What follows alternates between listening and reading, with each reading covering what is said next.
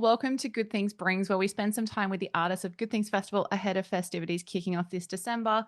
I am Tiana Speter, and I am joined by a man who was very recently gracing Australian stages earlier this year for the first time. It is none other than Will from Lorna Shore. Will, thank you for chatting today. And how are things in your world right now? Oh, very, very good. The album it's rolling out very slowly, and we are just anxious to finally get it out. I believe you guys should already have Prison of Flesh since you guys are a little bit before us. So it's good stuff. I'm excited. Yay. I always say it to like American and European artists, like we're so behind in a lot of things. We always seem to get stuff last, but occasionally our time zone works in our favor. And we do have Prison of Flesh out today, which of course marks the opener for I Feel the Ever Black Festering Within Me. So I wanted to kind of touch on that too, and obviously chat about Australian stuff in a little bit, but the album's obviously due out in September, which is very fast approaching, which absolutely blows my mind. But the moment like that song kicked off, even before I knew it was the single that we were going to chat about, I was like, oh my God, this is something so special. Like it feels like Lorna Shore instantly, but I don't even know how to say it without just being a real cliche, but there's a real glow up to it. And I instantly wanted to hear it live. So I also will touch on that later, but let's chat about the Thank album you. first, kind of at its core. I did kind of read about you guys, and especially you saying that you took inspiration from personal experiences for this record, a bit of a contrast to some of the more fictional narratives and concepts in the past. Was this a firm thing in place from day one that you wanted to incorporate, or did it just evolve naturally in the process? It's definitely something I was keeping in mind while writing on this album. I learned a lot from the previous writing experience. It's fun to write hypothetical stuff that's like metaphorical or whatever you want to call it, philosophical. I like doing all that stuff. It tickles the right part of my brain. But doing these last several tours with these bigger bands, seeing how the things that they're writing about, how I can relate to it, and how there's certain lines because I can relate to it that I'm like, okay, that's awesome. I like this song. I can listen to the song a million times. It'll still be good for that one line. So for me, I wanted to know how could I, recycle that or do it in my own way. And I guess at the end of the day, it's just a matter of telling your own story and then hoping that somebody else grabs onto that. 'Cause I think all the feelings and emotions that, I experience are the same thing that other people experience at just different parts in their life. So if I can just take that feeling when I'm feeling it, put it into a song, and then just deliver it the way people like it, it'll make me feel better, first of all, hearing the crowd sing the lines back to me, but I hopefully, in the back of my mind, it'll do something good for listeners as well. Yeah, well, mission accomplished. And I can't tell you, like, it's incredible how something so personal can translate. Like, obviously, you create this art, you have your own stories going into it. And then when it goes out into the world, it doesn't become something different because it's always obviously what it is. But it's just amazing how you're like, oh my God, he totally gets what I'm feeling. Like, he's talking about me, but it's not that. But it's also cool. It just kind of transcends that. And Lorna Shore's always done that. So it's just amazing. There's even more of this like grip into your soul kind of stuff going on with this album. So Thank you. congratulations. I try to be really emotional on this one. I think emotions are, a lot of people we repress that shit. We go to shows to let that feeling out. If I could let them get that somehow and put that in every single song in one way, shape, or form, then I did a good job. Yes, definitely. And I feel like I cannot wait to get a little bit emotionally feral, for lack of a better way to put that, when you guys come Hell back yeah. out here. Um, like, yeah, obviously within reason. But I am also someone who personally despises genre labels. And what I love about Lorna Shore is you just cannot be pigeonholed into one singular genre. I adore seeing people try to capture it in one word because you can't. And I'm all for that. But as I said, like this album really feels like it needs to be heard in a live setting. And I would love to know, like, you've been playing a lot of shows, obviously, since you've been in Australia. You've got a few shows before you come here.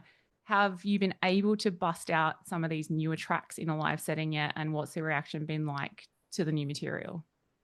We've been able to bust out Oblivion because at the time we were doing the tour, we only Oblivion came out. Unbreakable came out part of the way, like three-quarters of the way through the tour.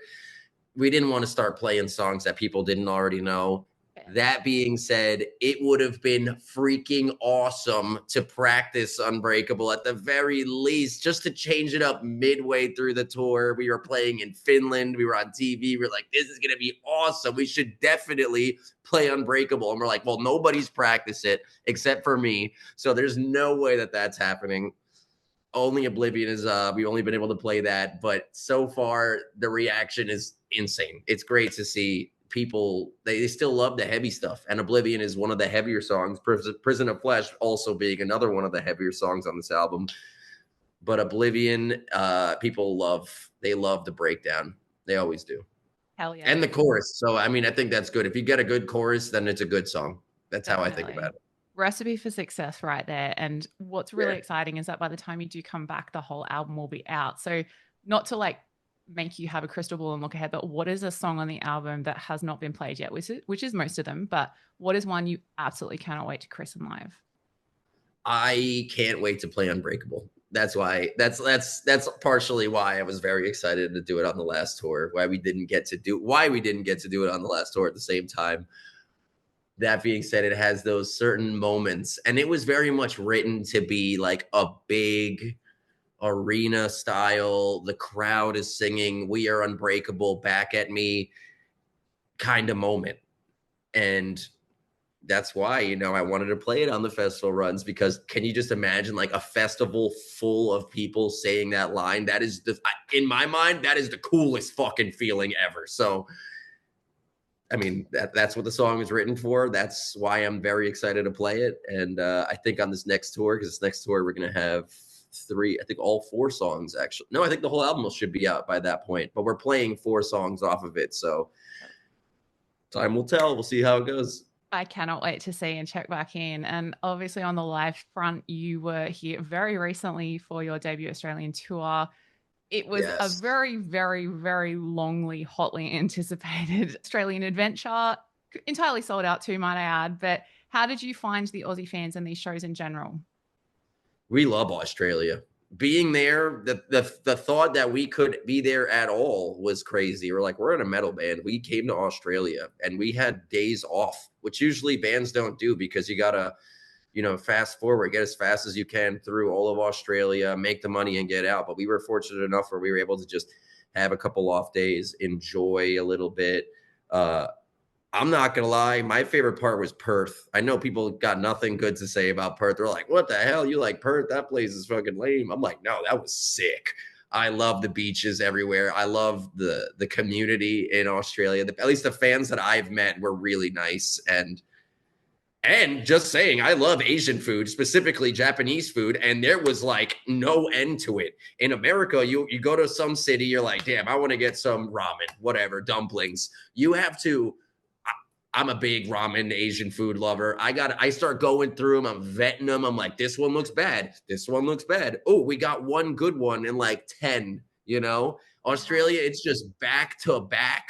I love Australia. I'm very excited to come back. Yay. Well, it's kind of funny. Like, who would imagine that you'd be coming to the other side of the world and you'd be spoiled with Japanese and Asian food? I love this. And it's something I have just discovered about my own country. So I love to know this. But, looking ahead to Good Things Festival, obviously, there are going to be some familiar faces and potentially some new friends on the lineup.